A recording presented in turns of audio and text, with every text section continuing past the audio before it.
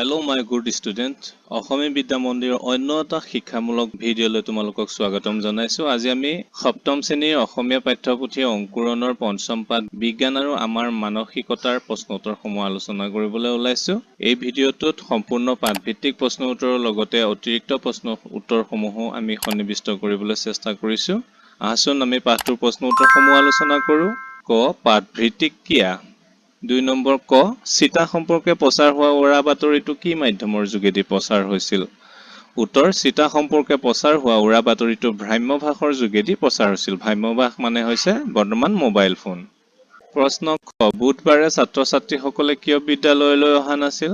উত্তৰ ৰতনপুৰ গাঁৱৰ নতুন আদৰ্শ মাধ্যমিক বিদ্যালয়ত বুধবাৰে চিতা দিবলৈ অহাৰ কথা আছিল। ভ্ৰাম্যভাষৰ যোগেদি অহা উৰা বাতৰি অনুসৰি চিতা প্ৰয়োগৰ ফলত শিশুসকলৰ ভীষণ অপকাৰ হোৱাৰ কথাহে উল্লেখ থকাত সেইদিনা ছাত্ৰ-ছাত্ৰীসকল বিদ্যালয়লৈ অহা নাছিল। প্ৰশ্ন গ বিদ্যালয়লৈ চিতা সম্পৰ্কে সবিশেষ জনাবলৈ কোন আহিছিল? উত্তৰ বিদ্যালয়লৈ চিতা সম্পৰ্কে সবিশেষ জনাবলৈ সেই অঞ্চলৰ প্ৰাথমিক চিকিৎসালয়ৰ চিকিৎসক ৰতন পায়েং মহোদয় আহিছিল। 3 নম্বৰ চমু উত্তৰ লিখা ক ভ্ৰাম্যভাষত অহা উৰা বাতৰিটোত চিতা ললে কি হ'ব বুলি কৈছিল? উত্তৰ ভ্ৰাম্যভাষত অহা উৰা বাতৰিটোত চিতা প্ৰয়োগৰ ফলত শিশুসকলৰ ভীষণ অপকাৰ হ'ব বুলি কৈছিল। প্ৰশ্ন খ জংকীয়ে বুধবাৰৰ দিনা বিদ্যালয়ৰ পৰিৱেশ আন দিনাতকৈ কি বেলেগ দেখিছিল? উত্তৰ জংকী ৰতনপুৰ গাঁৱৰ নতুন আদৰ্শ মাধ্যমিক বিদ্যালয়ৰ ছাত্ৰী আছিল। তাই বুধবাৰৰ দিনা বিদ্যালয়ৰ পৰিৱেশ আন দিনাতকৈ বেলেগ দেখিছিল। সেইদিনা তাই বিদ্যালয়লৈ যোৱাৰ বাটত কমল আৰু জেনিথক লগ পোৱা নাছিল। বিদ্যালয়ৰ খেলপথাৰ শ্ৰেণীকোঠা আদি ক'তো নিজৰ লগৰীয়াবোৰক দেখা নাছিল। প্ৰশ্ন গ সংক্ৰামক ৰোগ আৰু প্ৰতিৰোধ ক্ষমতাৰ বিষয়ে চিকিৎসকগৰাকীয়ে কি কৈছিল? উত্তৰ সেই অঞ্চলৰ প্ৰাথমিক চিকিৎসালয়ৰ চিকিৎসকগৰাকীয়ে বিদ্যালয়ৰ চৌহদত অনুষ্ঠিত হোৱা এখন জৰুৰী সভাত অভিভাৱক আৰু ছাত্ৰ-ছাত্ৰীসকলৰ আগত সংক্ৰামক ৰোগ আৰু প্ৰতিৰোধ ক্ষমতাৰ বিষয়ে কিছু কথা জানিবলৈ দিছিল। তেখেতে কৈছিল যে অন্য অণুজীৱই আমাৰ দেহত প্ৰৱেশ কৰাৰ দৰে বেমাৰৰ বীজাণু আমাৰ দেহত প্ৰৱেশ কৰে। কিছুমান শক্তিশালী বীজাণুৱে পলিঅ', জলাতংক, ইনফ্লুৱেঞ্জা, হেপাটাইটিছ আদি ৰোগৰ সৃষ্টি কৰে। এইবোৰ বীজাণুৱে মানুহৰ দেহৰ ৰোগ প্ৰতিৰোধ ক্ষমতা সহজে হ্ৰাস কৰে। চিতা প্ৰয়োগ কৰি এই ভয়ানক বীজাণুবোৰৰ সংক্ৰমণ ৰোধ কৰিব পাৰি। উপযুক্ত সময়ত শৰীৰত চিতা প্ৰয়োগ কৰি আমাৰ শিশুসকলৰ ৰোগ প্ৰতিৰোধ কৰাৰ ক্ষমতা সৃষ্টি কৰাটো অতি প্ৰয়োজন। ঘ উৰা বাতৰিয়ে কিদৰে ৰতনপুৰ গাঁৱৰ পৰিৱেশ সলনি কৰিছিল? উত্তৰ ৰতনপুৰ গাঁৱৰ নতুন আদৰ্শ বিদ্যালয়ত বুধবাৰে চিতা দিবলৈ অহাৰ কথা আছিল।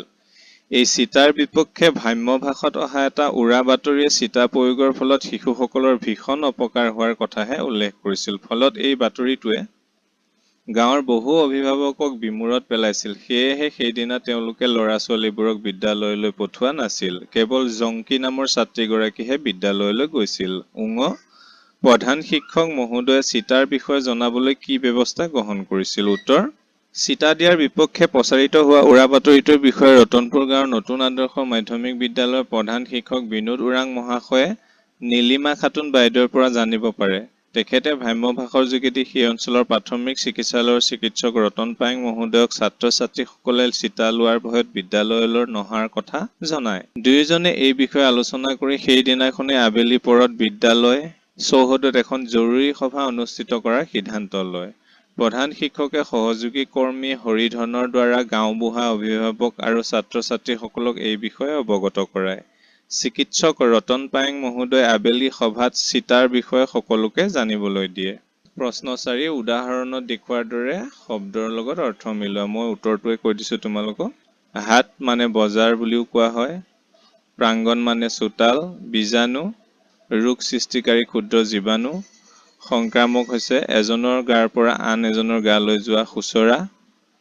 প্ৰতিৰোধ মানে বাধা। পুস্তিকা সৰু কিতাপক পুস্তিকা বুলি কোৱা হয়। 5 নম্বৰ শংকৰ তুমি এতিয়াও বিদ্যালয়লৈ যাবলৈ সাজু হোৱা নাই কিয়? কথাষাৰ কোনে, কাক আৰু কিয় কৈছিল? উত্তৰ উক্ত কথাষাৰ জংকীয়ে কৈছিল। জংকীয়ে উক্ত কথাষাৰ শংকৰক কৈছিল। জংকী ৰতনপুৰ গাঁৱৰ আদৰ্শ মাধ্যমিক বিদ্যালয়ৰ ছাত্ৰী আছিল। আন দিনাৰ দৰে বুধবাৰৰ দিনাও তাই বিদ্যালয়লৈ আহিছিল। সিদিনা আন দিনাৰ দৰে কমল আৰু জেনিথক বাটত লগ পোৱা নাছিল। বিদ্যালয়লৈ গৈ খেলপথাৰ, শ্ৰেণীকোঠা আদি ক'তো নিজৰ লগৰীয়াবোৰক নেদেখি বিদ্যালয়ৰ ওচৰতে থকা সহপাঠী শংকৰৰ ঘৰলৈ যায়। শংকৰক ঘৰৰ চোতালত খেলি থকা দেখা পাই জংকী আচৰিত হয় আৰু উক্ত কথাষাৰ কৈছিল। প্ৰশ্ন নং 6, উৰা বাতৰিসমূহ সমাজৰ বাবে এক প্ৰকাৰৰ সোঁচৰা ৰূপ। কথাষাৰৰ বিষয়ে দলত আলোচনা কৰি নিজৰ মতামত প্ৰকাশ কৰা। উত্তৰ, এজনৰ গাৰ পৰা আন এজনৰ গালৈ সংক্ৰমিত হোৱা ৰোগক সোঁচৰা ৰোগ বোলে। এইদৰে উৰা বাতৰিকো সোঁচৰা ৰোগৰ লগত তুলনা কৰিব পাৰি। কোনো এটা বাতৰিৰ সত্যাসত্য বিচাৰ নকৰাকৈ যুক্তি সহকাৰে চালি জাৰি নোচোৱাকৈ কেৱল শুনাৰ লগে লগে তাক বিশ্বাস কৰি লোৱা আৰু আনৰ আগত প্ৰকাশ কৰি তাক বিয়পাই দিয়া হৈছে উৰা বাতৰি। এনেধৰণৰ বাতৰিয়ে বহু ক্ষেত্ৰত সমাজৰ অনিষ্ট কৰে। যুক্তিসংগতভাৱে বিচাৰ নকৰি কেৱল শুনাৰ লগে লগে ইয়াক কেতিয়াও বিশ্বাস কৰিব নালাগে। প্ৰশ্ন 7, তলৰ বাকচত দিয়া শব্দকেইটাৰে বাক্য ৰচনা কৰা। দলং, ৰং, কলং, শিং। উত্তৰ, দলং। সেই পুৰণি দলংখনে দুখন গাঁওক জোৰা লগায়। ৰং, পুতলা নাচ দেখি শিশুটোৱে মনত বৰ ৰং পালে। কলং, একা বেকাকৈ বৈ যোৱা কলং নদীখন দেখিবলৈ বৰ ধুনীয়া। শিং, মহৰ শিঙৰ পৰা পেঁপা বনোৱা হয়। বাক্য ৰচনাকেইটা তোমালোকৰ নিজৰ মতেও লিখিব পাৰা। প্ৰশ্ন 8, এটা শব্দত প্ৰকাশ কৰা। উত্তৰ, যি একেলগে পঢ়ে সহপাঠী, যি জানিবলৈ ইচ্ছা কৰে অনুসন্ধিৎসু।